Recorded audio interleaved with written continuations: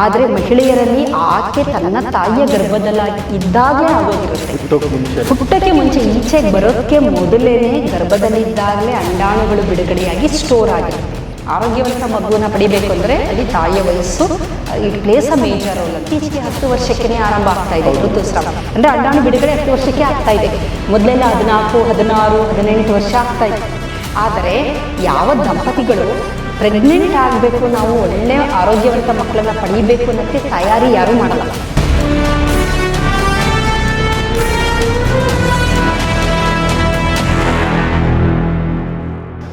ವೃತ್ತಿ ಜೀವನ ಸೆಟ್ಲ್ ಆಗಬೇಕು, ಆಮೇಲೆ ಮದುವೆ ಆಗ್ತೀನಿ ಅನ್ನೋದು ಭಾಳ ಮೈಂಡ್ ಸೆಟ್. ಈಗ ಒಂದು 20 ವರ್ಷದ ಕೆಳಗೇನು 20 ದಾಟಿದ್ದಾಗೇ ಹೆಣ್ಮಕ್ಳಿಗೆ ಮದುವೆ ಮಾಡಿಬಿಡ್ತಾಯಿದ್ರು. ಅದಕ್ಕೂ ಮುಂಚೆ ಹೋದ್ರೆ ಇನ್ನೂ ಬೇಗ ಮಾಡ್ತಾಯಿದ್ರು. ಬಟ್ ಇತ್ತೀಚೆಗಂತೂ 26, 27, 30 ಆದರೂ ಇವತ್ತು ಯಾರೂ ಮದುವೆ ಆಗ್ತಾ ಇಲ್ಲ, ಇಚ್ಛೆ ಪಡ್ತಾ ಇಲ್ಲ. ಮೊದಲು ನನ್ನ ಕೆರಿಯರ್ ಆಗಬೇಕು ಅಂತ ಕೊನೆಗೆ ಮದುವೆ ಆಗ್ತಾರೆ. ಆಮೇಲೆ ಭಾಳಷ್ಟು ತೊಂದರೆಗಳು ಎದುರಿಸ್ತಾರೆ. ಸೊ ಈ ಥರ ತೊಂದರೆಗಳಿಂದನೂ ಈ DNA ಒಂದು ಕೈ ಚಳಕ ಇದೆಯಾ ಅಂತ? ಹೌದು. ಇಲ್ಲಿ ಮೊದಲೆಲ್ಲ ನಮ್ಮ ಒಂದು ಭಾರತದಲ್ಲಿ ನಿಮಗೆ ಗೊತ್ತು, ಹೆಣ್ಣು ಮಕ್ಕಳ ಮದುವೆ ವಯಸ್ಸು 18, ಗಂಡಸರಿಗೆ 21 ಅಂತ ಮಾಡೋದು. ಅದಕ್ಕೆ ಮೊದಲು ಚೈಲ್ಡ್ ಮ್ಯಾರೇಜ್, ಬಾಲ್ಯ ವಿವಾಹ ಎಲ್ಲ ನಡೀತಾ ಇತ್ತು.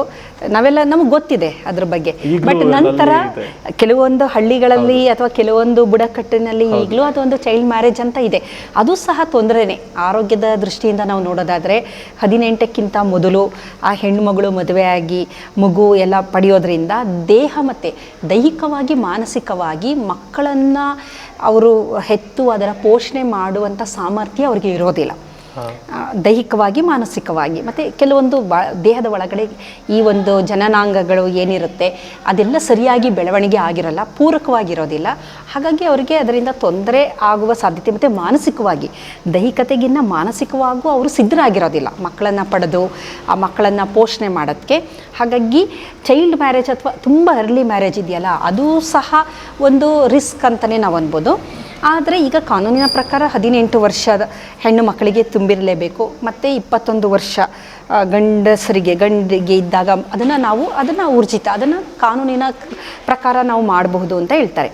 ಆದರೆ ಇತ್ತೀಚಿನ ದಿನದಲ್ಲಿ ತಾವು ಹೇಳಿದ ಹಾಗೆ 30 ವರ್ಷ ಆದ್ರೂ ಯಾರೂ ಒಂದು ಮದುವೆ ಆಗಬೇಕು, ಒಂದು ಮಗು ಪಡಿಬೇಕು, ಒಂದು ಕುಟುಂಬ ಅಥವಾ ಸಂಸಾರ ಬೇಕು ಅನ್ನೋ ನಿಟ್ಟಿನಲ್ಲಿ ಯಾರೂ ಯೋಚನೆ ಮಾಡಲ್ಲ. ಈಗಿಂದ ಜನ್ರೇಷನ್ನು Z ಜನರೇಷನ್ ಅಂತ ನಾವು ಹೇಳ್ತೀವಿ. ಅವರ ಥಿಂಕಿಂಗೇ Z ಅಂತ. ಅದರ ಥಿಂಕಿಂಗೇ ಬೇರೆ. ಅವರಿಗೆ ಕುಟುಂಬ ಆಗಲಿ ಈ ಥರ, ಅಂದರೆ ಅವರು ಸ್ವಾತಂತ್ರ್ಯವಾಗಿರಬೇಕು, ನನಗೆ ಯಾವುದೇ ಕಟ್ಟುಪಾಡು ಇರಬಾರ್ದು ಅನ್ನೋ ಒಂದು ಬೇರೆ ಥರ ಮೆಂಟಾಲಿಟಿನೇ ಇರುತ್ತೆ. ಹೌದು. ಹಾಗಾಗಿ ಆಮೇಲೆ ಅವ್ರು ತುಂಬ ಕಷ್ಟ. ಈಗ ಒಂದು ಕುಟುಂಬ ಅಥವಾ ಒಂದು ಫ್ಯಾಮಿಲಿ ಅಂತಂದರೆ ಕಮಿಟ್ಮೆಂಟ್, ಅದು ಸುಮ್ಮನೆ ಅಲ್ಲ. ಅದು ಒಂದು ಕಮಿಟ್ಮೆಂಟ್. ಒಂದು ಮದುವೆ ಅನ್ನೋದು ಒಂದು ಕಮಿಟ್ಮೆಂಟ್. ಅಲ್ಲಿ ಕೆಲವೊಂದು ಸ್ವಾತಂತ್ರ್ಯ ಸಿಕ್ಕದೇ ಇರಬಹುದು, ಅವರಿಷ್ಟದಂತೆ ಇರೋಕ್ಕಾಗದೇ ಇರ್ಬೋದು. ಏಕೆಂತಂದರೆ ಜವಾಬ್ದಾರಿಗಳಿರುತ್ತಲ್ವ. ಕುಟುಂಬವನ್ನು ನೋಡ್ಕೋಬೇಕು, ದೊಡ್ಡವರು ಹಿರಿಯರಿರ್ತಾರೆ, ಅವ್ರನ್ನ ನೋಡ್ಕೋಬೇಕು ಅನ್ನೋದೆಲ್ಲ ಇರೋದ್ರಿಂದ ಸಾಮಾನ್ಯವಾಗಿ ಏನು ಮಾಡ್ತಾರೆ, ಅದ್ರ ಜೊತೆ ಕೆರಿಯರ್ ಅಂತ ಎಲ್ಲರೂ ಎಜುಕೇಷನ್ನು ಚೆನ್ನಾಗಿರುತ್ತೆ ಹೆಣ್ಮಕ್ಳಿಗೆ.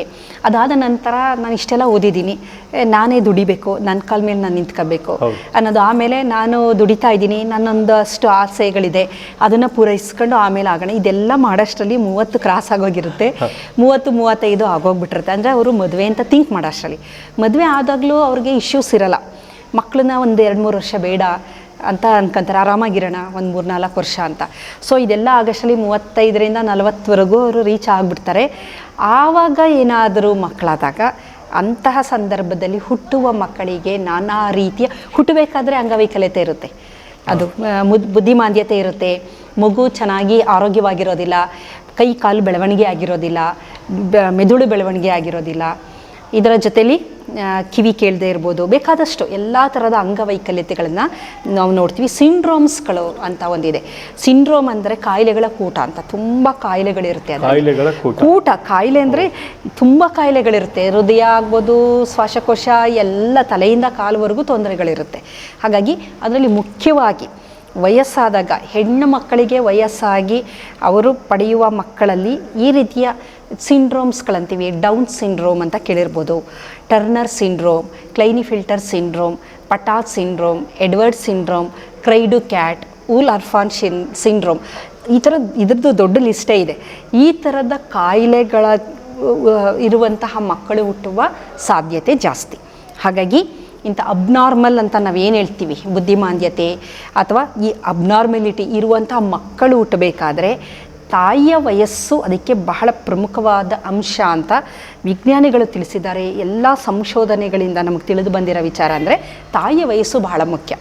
ಆರೋಗ್ಯವಂತ ಮಗುನ ಪಡಿಬೇಕು ಅಂದರೆ ಅಲ್ಲಿ ತಾಯಿಯ ವಯಸ್ಸು it place a major role ಅಂತ ನಾವು ಹೇಳ್ತೀವಿ. ವಯಸ್ಸು ಒಂದು ಐಡಿಯಲ್ ಏಜ್ ಅಂತ ಹೇಳುವಂಥದ್ದು ಯಾವುದು ರೇಂಜ್? ಒಂದು 22ರಿಂದ 28 ಅಂದರೆ 26, 24, 26, 28 ಯಾವುದಿದೆ that is the ideal age ಅಂತ ಕರಿಬೋದು ನಾವು. ಅಂದರೆ 30 ಒಳಗಡೆ ಇರಬೇಕು ಯಾವಾಗಲೂ. ಅಂದರೆ 30 ಆಗಿದ ತಕ್ಷಣ ಎಲ್ಲರಿಗೂ 30 ವಯಸ್ಸಾಗಿ ಮಗು ಹುಟ್ಟಿದಾಗ ಎಲ್ಲ ಅಬ್ನಾರ್ಮಲ್ ಅಂತ ಹೇಳ್ತಾ ಇಲ್ಲ, ರಿಸ್ಕ್ ಜಾಸ್ತಿ ಆಗ್ತಾ ಹೋಗುತ್ತೆ. ಈಗ 40 ವರ್ಷ ಆದಾಗ ಒಬ್ಬ ಮಹಿಳೆಗೆ ಆಕೆಗೆ ಹುಟ್ಟುವ, ಈಗ 40 ವರ್ಷದ ಒಂದಷ್ಟು ಜನ ನೀವು ಮಹಿಳೆಯರನ್ನ ತಗೊಂಡ್ರೆ ಅದರಲ್ಲಿ 20ರಲ್ಲಿ ಒಂದು ಮಗುವಿಗೆ ಆ ಥರದ ಅಬ್ನಾರ್ಮಿಲಿಟಿ ಇರುತ್ತೆ ಅಂತ ಹೇಳ್ತಾರೆ. 20 ಮಕ್ಕಳು ಹುಟ್ಟಿದ್ರೆ 20 ಜನಕ್ಕೆ ಹುಟ್ಟುವ ಮಕ್ಕಳಲ್ಲಿ ಒಬ್ಬರಿಗೆ ಆ ಥರ ಅಬ್ನಾರ್ಮಲ್ ಮಗು ಹುಟ್ಟುವ ಸಾಧ್ಯತೆ ಜಾಸ್ತಿ. ಅದೇ ನೀವು 25 ವರ್ಷದವ್ರಿಗೆ ನೋಡಿದ್ರೆ 2000ರಲ್ಲಿ 1 ಅಂತ ಹೇಳ್ತಾರೆ. 2000 ಮಕ್ಕಳು ಹುಟ್ಟಿದ್ರೆ ಒಂದು ಮಗುವಿನಲ್ಲಿ ಅಬ್ನಾರ್ಮಿಲಿಟಿ ಇರುತ್ತೆ. ಆದರೆ 40 ವರ್ಷದ ಮಹಿಳೆಯರಿಗೆ ಹುಟ್ಟುವ ಮಕ್ಕಳಲ್ಲಿ 20 ಜನ 40 ವರ್ಷದ ಮಹಿಳೆಯರಿದ್ದಾರೆ ಅಂದರೆ ಒಂದು ಮಗು ಆ ಥರ ಅಬ್ನಾರ್ಮಲ್ ಹುಟ್ಟುವ ಅಂದರೆ ಆ ನಿಮ್ಮದು ಫ್ರೀಕ್ವೆನ್ಸಿ ಏನಿದೆ ಅದು ಕಮ್ಮಿ ಆಗ್ತಾ ಬರುತ್ತೆ. ಏಜ್ ಜಾಸ್ತಿ ಆದಂಗೆ ಸಾಧ್ಯತೆಗಳು ತುಂಬ ಜಾಸ್ತಿ ಆಗ್ತಾ ಬರುತ್ತೆ. ಅಲ್ಲೂ ಅದೃಷ್ಟದ ನಂಬಬೇಕಾಗುತ್ತೆ ಅವಾಗ. ಇಲ್ಲ ಅಂದ್ರೂ ಸಾಮಾನ್ಯವಾಗಿ ಏಜ್ ಜಾಸ್ತಿ ಆದಂಗೆ ಈ ಥರದ್ದು ಸಾಧ್ಯತೆ ತುಂಬ ಜಾಸ್ತಿ ಆಗ್ತಾ ಬರುತ್ತೆ. ಇಲ್ಲಿ 2000ರಲ್ಲಿ 1 ಪ್ರಾಬಬಿಲಿಟಿ ಅಂತಂದರೆ ಸ್ವಲ್ಪ ರೇರ್ ಅದು. ಆದರೆ 20ರಲ್ಲಿ 1 ಅನ್ನೋದು ಬಹಳ ಹತ್ರಕ್ಕೆ ಬಂದಂಗೆ. ಹಾಗಾಗಿ ವಯಸ್ಸಾದಾಗ ಈ ಥರದ ಅಬ್ನಾರ್ಮಲ್ ಮಕ್ಕಳುಗಳು ಹುಟ್ಟುವ ಸಾಧ್ಯತೆ ತುಂಬ ಜಾಸ್ತಿ. ಇಲ್ಲೇನಾಗುತ್ತೆ ಅಂದರೆ ವಯಸ್ಸು ಹೇಗೆ ಈ ಥರ ಒಂದು ಅಬ್ನಾರ್ಮಲ್ ಮಕ್ಕಳು ಹುಟ್ಟೋದಕ್ಕೆ ಕಾರಣ ಅಂತ ನಾವು ನೋಡೋದಾದರೆ, ಈಗ ಒಂದು ಮಗು ಜನನ ಆಗಬೇಕು ಅಂತಂದರೆ ಒಂದು ಅಂಡಾಣು ಮತ್ತು ವೀರ್ಯಾಣು ಎರಡೂ ಸೇರ್ಕೋಬೇಕು. ಎಗ್ ಮತ್ತು ಸ್ಪರ್ಮ್ ಎರಡು ಫ್ಯೂಸ್ ಆದಾಗ ಅದನ್ನು ಫರ್ಟಿಲೈಸೇಷನ್ ಅಂತೀವಿ. ಅದಾದಾಗ ಒಂದು ಮಗುವಿನ ಜನನ ಆಗೋಂಥದ್ದು. ಈ ಒಂದು ಅಂಡಾಣು ಬಿಡುಗಡೆ ಆಗುತ್ತಲ್ಲ ಹೆಣ್ಣು ಮಕ್ಕಳಲ್ಲಿ, ಅದು ಆಕೆ ತನ್ನ ತಾಯಿಯ ಗರ್ಭದಲ್ಲಿದ್ದಾಗ ಆಗೋಂಥದ್ದು. ಆಕೆ ಫೀಟಸ್, ಆಕೆ ಭ್ರೂಣ ಆಗಿರುತ್ತಲ್ಲ ಅವಾಗಲೇ ಅಂಡಾಣು ಬಿಡುಗಡೆ ಆಗಿಬಿಟ್ಟಿರುತ್ತೆ. ಅದು ಎಷ್ಟು ಅಂತಂದರೆ ಲಕ್ಷಾಂತರ ಅಂಡಾಣುಗಳು ಬಿಡುಗಡೆ ಆಗೋಗಿರುತ್ತೆ. ಅಂಡಾಣುಗಳು ಬಿಡುಗಡೆಯಾಗಿ ಸ್ಟೋರ್ ಆಗಿಬಿಡುತ್ತದು, ಸ್ಟೋರಾಗಿ ಇರುತ್ತೆ. ಪುರುಷರಲ್ಲಿ ಏನಾಗುತ್ತೆ, ವೀರ್ಯಾಣು ಬಿಡುಗಡೆ ಆಗೋದು ಅಡಲಸೆಂಟಲ್ಲಿ, ಹದಿಹರೆಯಕ್ಕೆ ಬರ್ತಾರಲ್ಲ ಆವಾಗ ವೀರ್ಯಾಣುಗಳು ಬಿಡುಗಡೆ ಆಗೋಂಥದ್ದು. ಆದರೆ ಮಹಿಳೆಯರಲ್ಲಿ ಆಕೆ ತನ್ನ ತಾಯಿಯ ಗರ್ಭದಲ್ಲಿ ಇದ್ದಾಗಲೇ ಆಗೋಗಿರುತ್ತೆ. ಹುಟ್ಟೋಕ್ಕೆ ಮುಂಚೆ ಈಚೆಗೆ ಬರೋದಕ್ಕೆ ಮೊದಲೇ ಗರ್ಭದಲ್ಲಿದ್ದಾಗಲೇ ಅಂಡಾಣುಗಳು ಬಿಡುಗಡೆಯಾಗಿ ಸ್ಟೋರ್ ಆಗಿರುತ್ತೆ.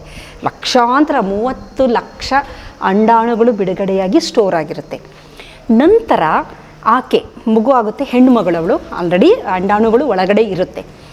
ಆಕೆ ಹದಿಹರೆಯಕ್ಕೆ ಬರ್ತಾಳಲ್ವಾ, ಹದಿಹರೆಯಕ್ಕೆ ಬಂದಾಗ ದೇಹದಲ್ಲಿ ಹಾರ್ಮೋನುಗಳು ಬಿಡುಗಡೆ ಆಗ್ತಾ ಹೋಗುತ್ತೆ. ಎಸ್ಟ್ರೋಜನ್ ಹಾರ್ಮೋನುಗಳು ಅಂತ ಅಂತೀವಿ ಮಹಿಳೆಯರಲ್ಲಿ. ಈ ಹಾರ್ಮೋನುಗಳು ಬಿಡುಗಡೆಯಾದಾಗ ದೇಹದಲ್ಲಿ ಮತ್ತೆ ಫ್ಯಾಟ್ ಡೆಪಾಸಿಷನು ಜಾಸ್ತಿ ಆಗಬೇಕು. ಅದೆಲ್ಲ ಆದಾಗ ಏನಾಗುತ್ತೆ ಅಂದರೆ ಈ ಒಂದು ಸ್ಟೋರ್ ಆಗಿರುತ್ತಲ್ಲ ಅಂಡಾಣುಗಳು, 30 ಲಕ್ಷ ಅಂಡಾಣು ಅಂತ ನಾನು ಹೇಳಿದೆ, ಅದರಲ್ಲಿ ಆ ಸಮಯಕ್ಕೆ 3 ಲಕ್ಷಕ್ಕೆ ಇಳಿದು ಬಿಡುತ್ತದೆ. ಆ ಪೀರಿಯಡಲ್ಲಿ ಅದು ಸಾಯ್ತಾ ಬರುತ್ತೆ. ಅಂದರೆ ಈ ಕಳಪೆ ಇರೋಂಥದ್ದೆಲ್ಲ ಸತ್ತೋಗುತ್ತೆ. ಸತ್ತೋಗಿ ಫೈನಲ್ ಆಗಿ ನಿಮಗೆ 3ರಿಂದ 4 ಲಕ್ಷ ಅಂಡಾಣುಗಳು ಒಂದು ಹದಿಹರೆಯಕ್ಕೆ ಬಂದಿರುವ ಹೆಣ್ಣು ಮಕ್ಕಳಲ್ಲಿ ಅಷ್ಟು ಅಂಡಾಣುಗಳು ಸ್ಟೋರೇಜ್ ಅದು ಇರುತ್ತದು. ನಂತರ ಏನಾಗುತ್ತೆ, ಹದಿಹರೆಯಕ್ಕೆ ಬಂದಾಗ ಪ್ರತಿ ತಿಂಗಳು ಒಂದೊಂದು ಅಂಡಾಣು ಬಿಡುಗಡೆಯಾಗ್ತಾ ಬರುತ್ತೆ. ಅಂಡಾಣು ಫರ್ಟಿಲೈಸ್ ಆದರೆ ಅದು ಗರ್ಭ, ಅದು ಫರ್ಟಿಲೈಸ್ ಆಗಲಿಲ್ಲ ಅಂತಂದರೆ ಅದು ಋತುಸ್ರಾವ. ಪ್ರತಿ ಹೆಣ್ಣು ಮಕ್ಕಳಿಗೆ ಅದು ಆರಂಭ ಆಗುತ್ತೆ ನೋಡಿ. ಈಗ ಇತ್ತೀಚೆಗೆ 10 ವರ್ಷಕ್ಕೇ ಆರಂಭ ಆಗ್ತಾ ಇದೆ ಋತುಸ್ರಾವ. ಅಂದರೆ ಅಂಡಾಣು ಬಿಡುಗಡೆ 10 ವರ್ಷಕ್ಕೆ ಆಗ್ತಾ ಇದೆ. ಮೊದಲೆಲ್ಲ 14, 16, 18 ವರ್ಷ ಆಗ್ತಾ ಇತ್ತು.